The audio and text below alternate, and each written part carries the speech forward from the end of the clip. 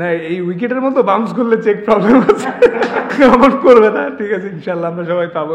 আমাদেরকেও তো আজকে চেক দেওয়া হয়েছে, আই হোপ নট কোনো বাউন্স টাউন্স না হোক। হ্যাঁ, যেই নামেই ডাকুন না কেন, এবারের বিপিএল যদি হয় বিসিবির কলঙ্কিত এক অধ্যায়, তবে সেই অধ্যায়ের রচয়িতা যেন দুর্বার রাজশাহী। পেমেন্ট ইস্যুতে দলটির প্রতিটি ক্রিকেটার খেয়েছে নাকানি চুবানি। স্বয়ং বিসিবিও ব্যর্থ টুর্নামেন্ট চলাকালীন সময়ে ফ্র্যাঞ্চাইজিটিকে সঠিক রাস্তায় ফেরাতে। এর আগেও পানি কম ঘোলা হয়নি, এবার যেন সেই সকল মাত্রা ছাড়িয়ে গেল ফ্র্যাঞ্চাইজিটি।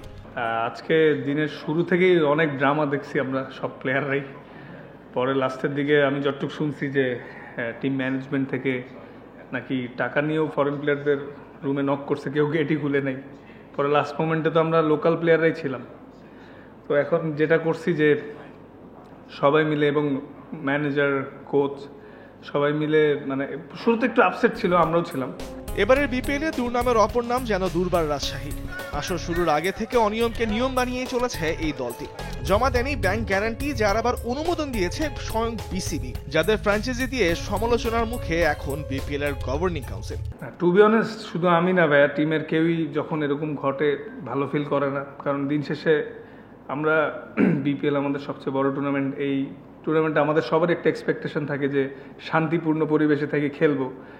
কারণ যে পরিমাণ ক্রাউড হচ্ছে, সব মিলে আগের তুলনায় জমজমাট বিপিএল হচ্ছে। কিন্তু আনফর্চুনেটলি আমাদের টিমের বিভিন্ন রকম প্রবলেম হয়েছিল।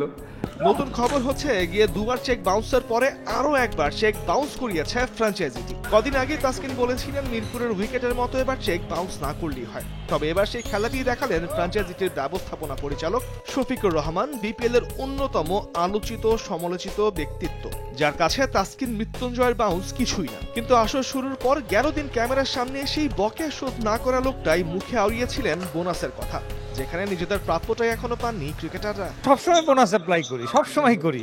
তো কি থাকছে এবার, দেখি অ্যানাউন্সমেন্ট শুনে যাবেন। দলটির ম্যানেজার, সাবেক জাতীয় দলের ক্রিকেটার মেহরাব হোসেন ওপি পর্যন্ত পাননি কোনো চেক। দলের স্বার্থে হয়তো এড়িয়ে গেলেন বাকি ক্রিকেটারদের না পাওয়ার আক্ষেপের কথাটাও।